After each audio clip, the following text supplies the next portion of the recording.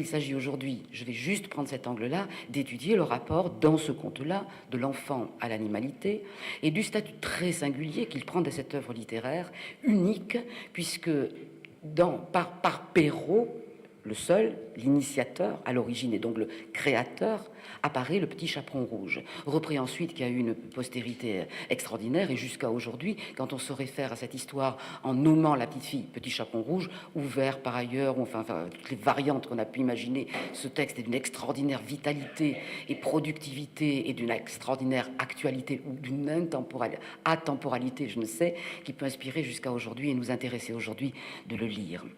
Donc cette petite fille a pour la première fois un nom, elle s'appelle Chaperon Rouge, qui est un sobriquet, dans la grande tradition du sobriquet, à la fois dans la fable, dans les contes, mais aussi dans la tradition populaire, qui a longtemps nommé l'anonyme du peuple, hein, en désignant de manière comique, moqueuse, quelquefois infamante ou obscène, quelqu'un à travers ses caractéristiques.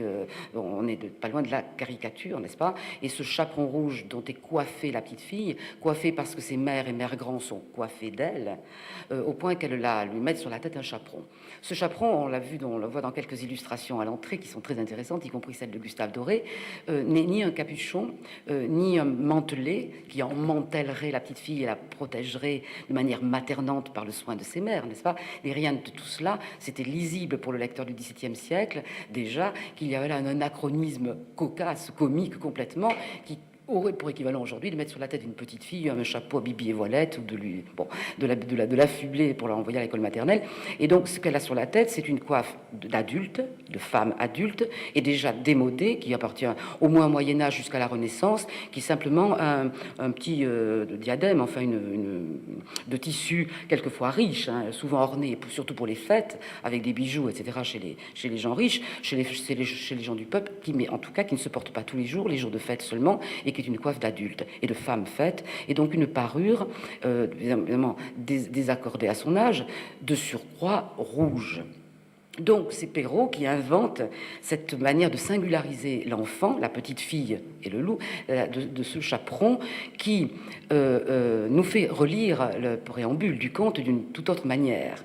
Il était une fois une petite fille de village, la plus jolie qu'on eût su voir, et immédiatement consécutif, sa mère en était folle, sa mère grand plus folle encore, doublement folle parce que doublement mère, et consécutif encore, cette bonne femme lui fait fabriquer, donc il ne s'en trouve pas à porter, n'est-ce pas?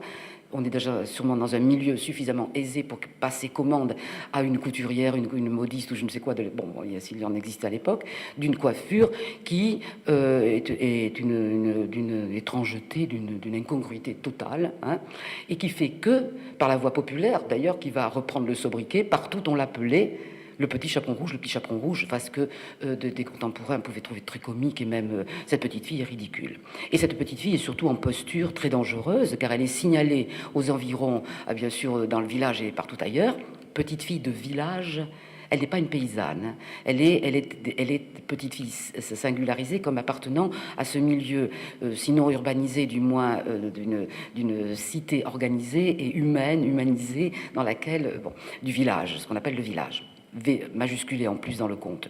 Donc cette petite fille est métamorphosée, je dirais pas en arbre de Noël, mais en quelque chose de ridicule et surtout de très sexualisé. La moralité de Perrault, si le lecteur n'avait pas bien compris, il le klaxonne assez fort pour nous signaler le sens sexuel de cette prédation violente du loup, n'est-ce pas? C'est le rouet, sans doute au XVIIe siècle, XVIIIe siècle, qui a pour proie les jeunes filles, qui va jusque dans les ruelles. Souvenons-nous que la ruelle, c'est l'espacement entre le lit et le mur, dans lesquels on tient salon dans les chambres, enfin dans des lieux où sur le lit, même on s'assoit, lisez Madame Lafayette ou ailleurs. La ruelle, c'est ça, c'est-à-dire dans l'intimité, près de la couche, hein, où l'on reçoit.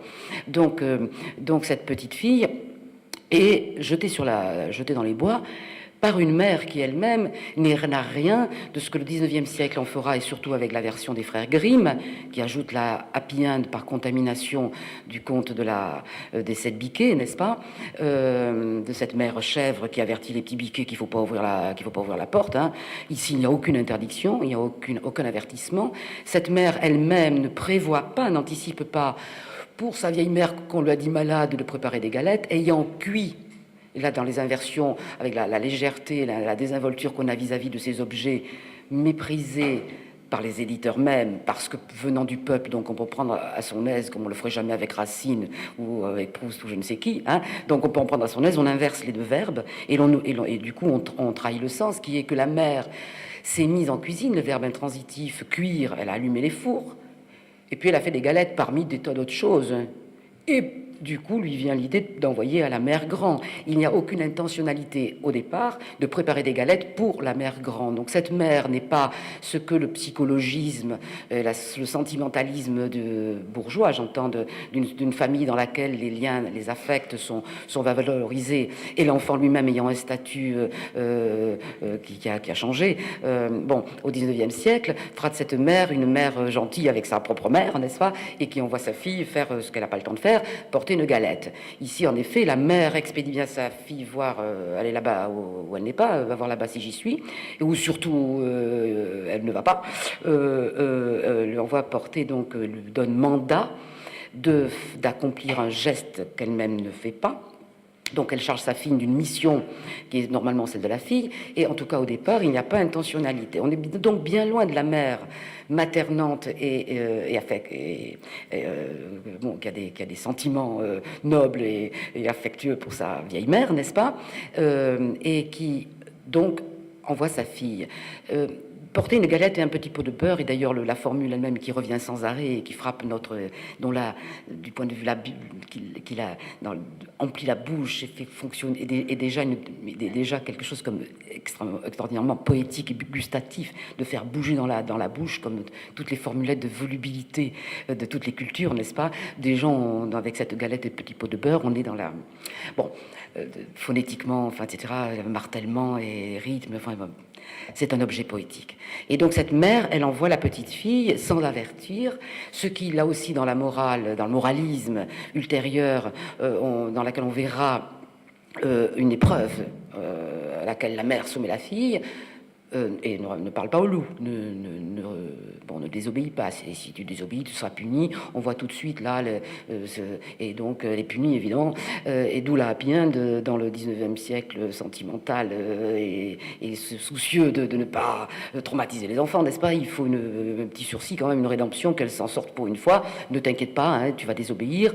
On t'avait dit de pas faire pipi caca ici, on t'avait dit de pas t'approcher des mares ou de pas parler aux inconnus. Tu l'as fait, mais enfin bon, tu vas être sauvé. Il y a une chance encore, quoi. C'est un siècle rédempteur.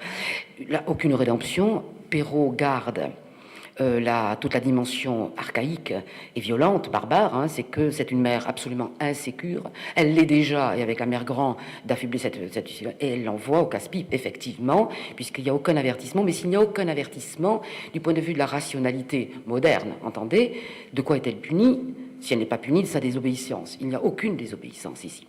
Et en effet, la pauvre enfant qui ne savait point qu'il est dangereux de s'arrêter à écouter un loup lui dit.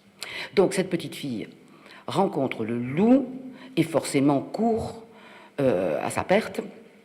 Le conte s'achève ainsi, sur ce mot terrible, et la mangea, point final. Donc, au passage, je ferai remarquer le génie de ce texte, sa brièveté, sa concision, dont le scénario est un des plus minimalistes dans le recueil, mais aussi de tous les contes, qui se précipite à son dénouement, prévisible pour l'auditeur, pour le lecteur, hein, et qui, dans une telle précipitation, cependant, offre si on le décompose, une série d'étapes fondamentales qui nous en apprennent. Je veux dire, ce texte est chiffré, y compris dans son condensé, de toutes sortes de détails inscrits dans le texte. En quoi c'est un texte littéraire qu'il faut regarder à la virgule près, n'est-ce pas? La manière dont ça se passe.